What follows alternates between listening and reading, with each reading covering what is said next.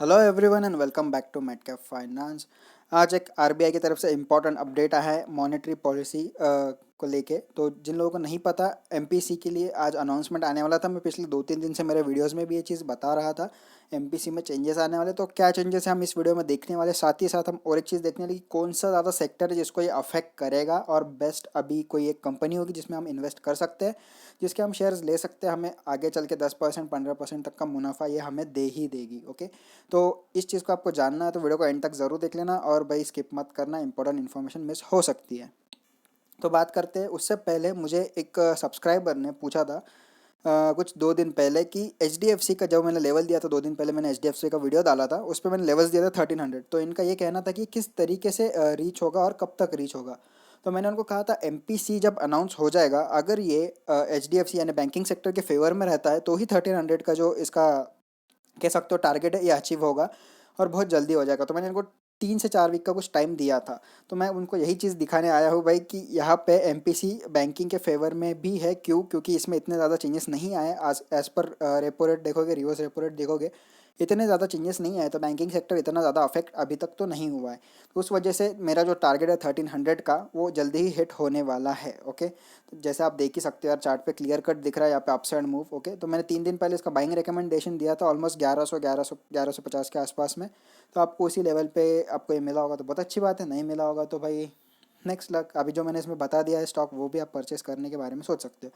सीधा सीधा चलते हैं भाई मॉनेटरी पॉलिसी के ऊपर में। ओके, तो भाई यहाँ पे कुछ मेजर डिसीजंस जो लिए गए थे एमपीसी के जरिए, यानी कि मॉनेटरी पॉलिसी कमेटी, 6 लोगों की कमेटी होती है जो आरबीआई बिठाती है।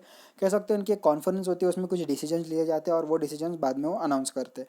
तो अनाउंसमेंट हुआ था आरबीआई के गवर्नर यानी कि मिस्टर शशिकांता दास। भाई ये एक बहुत ही ज़्यादा कह सकते हो बड़ी हस्ती है, और ये कह सकते हो कि इन्होंने बहुत अच्छी तरीके से कोविड का जो सिचुएशन है हैंडल किया। तो मैं बहुत ज़्यादा पर्सनली इम्प्रेस्ड हूँ इनके डिसीजन मेकिंग से। ओके, तो भाई यहाँ पे बात कर लेते हैं थोड़ा सा मॉनेटरी पॉलिसी में क्या क्या चेंजेस आए। ओके, तो चेंजेस ये है, ओके मैं पैरा नहीं पढ़ रहा हूँ क्योंकि सेम पैरा आगे भी रिपीट हुआ है, तो मैं उसी में वहाँ पे कवर कर लूँगा।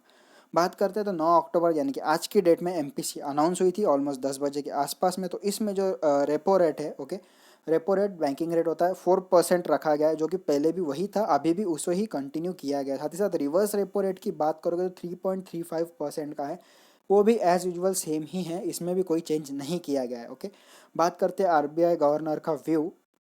कि यहाँ पे इनका व्यू ये है कि अभी भी कोविड का जो खतरा है वो सबके ऊपर बना ही हुआ है, बट साथ ही साथ अगर आप बात करोगे इकोनॉमी की, इकोनॉमी कह सकते हो slowly slowly step by step improve हो रही है। ऐसा नहीं है कि कोविड का खतरा बना हुआ है और इकोनॉमी नीचे जा रही है। इकोनॉमी भी अच्छा खासा गेन कर रही है, स्लो कर रही है लेकिन गेन कर रही है। ओके, ये ज़्यादा इंपॉर्टेंट है। बात करते हैं जीडीपी की, तो आरबीआई गवर्नर का कहना है कि भाई फाइनेंशियल ईयर 21 यानी कि ऑलमोस्ट अप्रैल तक यहाँ पे जीडीपी जो है 9.5% पॉजिटिव आ जाएगा। यहाँ पे जीडीपी की ग्रोथ की यहाँ पे हम बात कर रहे हैं। ओके, फाइनेंशियल 21 तक जीडीपी 9.5% पॉजिटिव हो जाएगा। साथ ही साथ अगर हम बात करें इन्फ्लेशन की, जो कि मेन ज़्यादा टॉपिक है इसमें, इन्फ्लेशन कह सकते हो आप, यहाँ पे महंगाई बहुत ज़्यादा बढ़ गई है मार्केट में। अब महंगाई को किस तरीके से कंट्रोल किया जाएगा यहाँ पे, तो ये महंगाई के लिए किस तरीके से कंट्रोल करेगा वो तो हम आगे देख ही लेंगे। बट इसमें हम देखने वाले कि क्वार्टर 3 यानी कि अभी जो क्वार्टर चल रहा है, क्वार्टर 2 सितंबर में ख़त्म हो गया था, सितंबर एंड में। यहाँ से क्वार्टर 3 शुरू हो गया है। तो अभी जैसे देख सकते हो महंगाई बहुत ज़्यादा है मार्केट में, तो ये इसके लिए क्वार्टर 3 और क्वार्टर 4 में यहाँ पे लिक्विडिटी बढ़ाई जाएगी, जिससे कह सकते हैं आप इन्फ्लेशन रेट कम किया जाएगा। क्वार्टर 4 के एंड तक यहाँ से शुरू हो चुका है इन्फ्लेशन रेट कम करना। नेक्स्ट वीक में इनमें इनका एक बहुत बड़ा अनाउंसमेंट है, वो भी मैं आगे आपको दिखाई दूंगा। बट एक चीज़ समझ लो यहाँ पे कि यहाँ पे इन्फ्लेशन रेट भी कंट्रोल किया जा रहा है। आपको आने वाले 6 महीने में इन्फ्लेशन रेट यानी कि महंगाई अच्छे खासे, उनके एक कह सकते हैं कि इनका एक नंबर डिसाइडेड है, उस नंबर पे आपको आके मिल जाएगी, महंगाई कम हो जाएगी। साथ ही साथ बात करते हैं लिक्विडिटी मेजर्स की। जैसे मैंने कहा लिक्विडिटी तो ये बढ़ाएंगे, लेकिन किस तरीके से बढ़ाने वाले। ओके, तो ये सारी चीज़ें हम इसमें देखने वाले। तो इसमें जो आरबीआई का मेन फोकस है वो लिक्विडिटी बढ़ाने पे, क्योंकि लिक्विडिटी बढ़ेगा, मार्केट में पैसा आएगा, तभी जाके इकोनॉमी का भी ग्रोथ होगा, साथ ही साथ इन्फ्लेशन, यानी कि एक तीर दो निशाने यहाँ पे वही चीज़ होने वाली है। ओके, तो यहाँ पे करने क्या वाले। ओके, टीएलटीआरओ जो यहाँ पे गवर्नमेंट ऑफ इंडिया का होता है, वहाँ पे 1 लाख करोड़ 4% मार्च 2021 तक यहाँ पे बॉन्ड इशू करने वाली। ओके, यानी कि सॉरी, बॉन्ड परचेस करने वाली सेंट्रल बैंक ऑफ इंडिया, यानी कि हम सेंट्रल बैंक यानी कि हमारी आरबीआई। ओके, आरबीआई यहाँ पे 1 लाख करोड़ के बॉन्ड 4% के रेट पे 21 मार्च 2021 तक खरीदने वाली है। इससे होगा क्या कि बैंक के पास जो बॉन्ड्स होते हैं, जो छोटी मोटी बैंक्स होती है जैसे एसबीआई कह लो या फिर एक्सिस बैंक, एचडीएफसी, इनके पास जो बॉन्ड्स होते हैं, ये बॉन्ड्स आरबीआई को देंगे 4% इंटरेस्ट रेट के ऊपर में, प्लस इनको पैसा भी मिलेगा उसके बदले में और लिक्विडिटी जनरेट होगी 1 लाख करोड़ नेक्स्ट 6 महीने में, इनका प्लानिंग है। साथ ही साथ बात करें तो ओपन मार्केट ऑर्डर यानी कि ओएमओ यहाँ पे ये भी इशू होने वाला है, और नेक्स्ट वीक इसमें 20,000 करोड़ रुपए मार्केट में लाए जाएंगे ओएमओ के जरिए, ओके, ओपन मार्केट ऑर्डर के जरिए। तो यहाँ पे आप मोटा मोटी देखो लोगे तो 1,20,000 करोड़ के यहाँ पे कह सकते हो, यहाँ पे आपको लिक्विडिटी बढ़ाने के लिए फंड्स जो है 1,20,000 करोड़ के मार्केट में लाए जाने वाले हैं। नेक्स्ट वीक में 20,000 करोड़ आ जाएगा, और मार्च 21 तक यहाँ पे 1 लाख करोड़ के बॉन्ड परचेस करके बैंक में जो है कह सकते हो आप लिक्विडिटी बढ़ाने के लिए पैसा दिया जाएगा।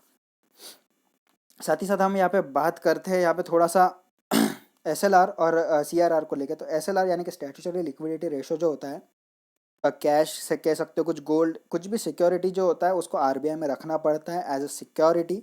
और इसके थोड़ा सा समझ लो, आप 100 करोड़ की सिक्योरिटी रख रहे हो तो आप 90,000 करोड़ तक के ट्रांजैक्शन यहाँ पे कर सकते हो, ओके। बैंकिंग का यही रूल होता है। तो इसका जो एक परसेंटेज होता है, इस 20% की एक डेट होती है, एक लिमिट होती है, लिमिट और डेट दोनों ही यहाँ पे एक्सटेंड कर दी गई है एसएलआर के तहत। और साथ ही साथ अगर एनबीएफसी की अब बात करें, NBFC and non banking financial institutions, इनको भी इसमें फ़ायदा होने वाला है। अब सबसे यहाँ पे मेन चीज़ आती है कि भाई कौन सा सेक्टर इससे सबसे ज़्यादा अफेक्ट होगा। तो यहाँ पे सबसे ज़्यादा अफेक्ट होने वाला सेक्टर है इंफ्रास्ट्रक्चर सेक्टर। अब ये क्यों अफेक्ट होगा, भाई सबको ही पता है कि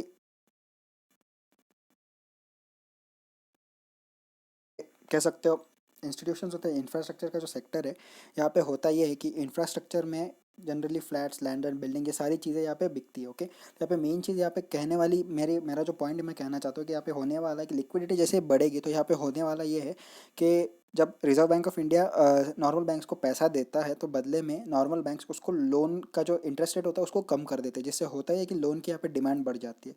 अब लोन की डिमांड बढ़ने से होता ही है कि लोग प्रॉपर्टी लेते हैं, पैसा कहीं ना कहीं इन्वेस्ट करते हैं लोन लेके, जिनको घर लेना होता है वो घर लेंगे, कार लेने वाले कार लेंगे, ओके। मेजर जो पैसा जाता है वो रियल इस्टेट में जाता है, इंफ्रास्ट्रक्चर में ही जाता है। और इंफ्रास्ट्रक्चर की बात करें तो एल यानी लार्सन एंड टोब्रो की बात करें हम, इंडिया की नंबर 1 इंफ्रास्ट्रक्चर कंपनी है, ओके। तो यहाँ पे देख लेंगे हम तो 1,27,000 करोड़ का इसका मार्केट कैप चल रहा है। साथ ही साथ अगर हम इंडस्ट्री पी की बात करें तो 18 का चल रहा है, और एल की पी की बात करें तो 22 का चल रहा है यहाँ पे। तो थोड़ा सा महंगा कहा जाएगा ये इंडस्ट्री की पी से अगर हम कंपेयर करते हैं तो। बट ये stock one of the best stock है। और आप जैसे आज देख ही सकते हैं अनाउंसमेंट के बाद में एल ऑलमोस्ट 3.11% जो है बढ़ा था आज, ओके। ऑलमोस्ट 30 रुपीज़ से ये जो स्टॉक है बढ़ा है। तो यहाँ पे कह सकते हो आप एक लिंक्ड है एमपीसी में जो अभी अनाउंसमेंट हुई है, और कह सकते हो लार्सन टोब्रो के अंदर में। अब इसमें बहुत सारी कंपनीज आती है बट ये नंबर 1 कंपनी है, और इसमें बाइंग पोजीशन भी बन रही है क्योंकि इसने आज एक बहुत ही बड़ा ब्रेकआउट दिया है। इसलिए मैं स्टॉक आपको स्टडी में हम ले रहे हैं और इसको हम सजेस्ट करेंगे बाइंग के लिए अगर आपको लेना है तो। बात करते हैं यहाँ पे मूविंग एवरेज की। तो यहाँ पे बहुत सारी चीज़ें देखने वाली। तो सबसे पहले देखने वाली चीज़ें ये है कि यहाँ पे एक थोड़ा सा मैं इसको जूम कर लेता हूँ,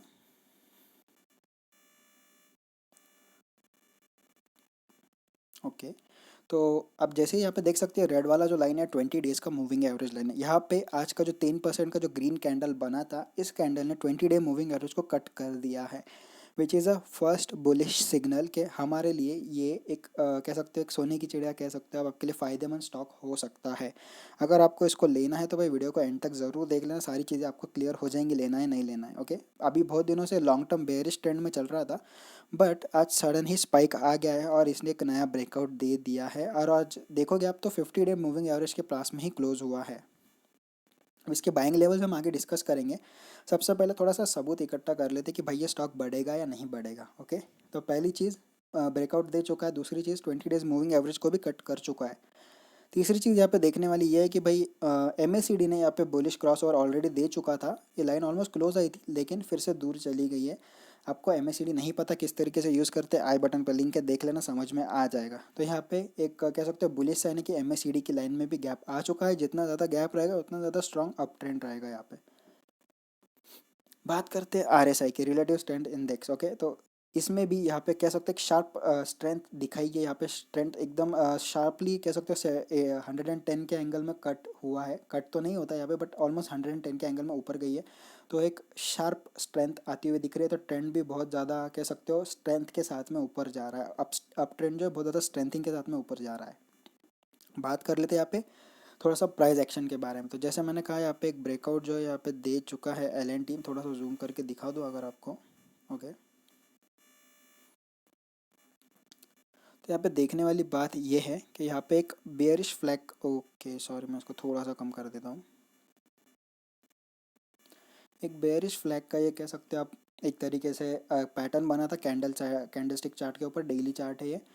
इसके बाद में आज इसने ब्रेकआउट दे दिया इस कैंडल से। ओके, तो अब इसमें बाइंग कब करनी है हमें, सबसे बड़ा मेन सवाल आता है हमारा। तो इसको बाइंग करना है हमें, अगर करना चाहते हो तो यहाँ पे बाइंग लेवल बनता है ऑलमोस्ट इस लेवल के ऊपर। अगर ये कल इस लेवल को तोड़ देता तो आप इसमें, सॉरी कल तो नहीं, मंडे को अगर इस लेवल को तोड़ता तो आप इसमें जम के बाइंग कर सकते हो। अब ये लेवल कौन सा है भाई, ये लेवल है 915 से लेके 920 का। ओके सॉरी, थोड़ी हैंड राइटिंग मेरी ख़राब आ रही होगी।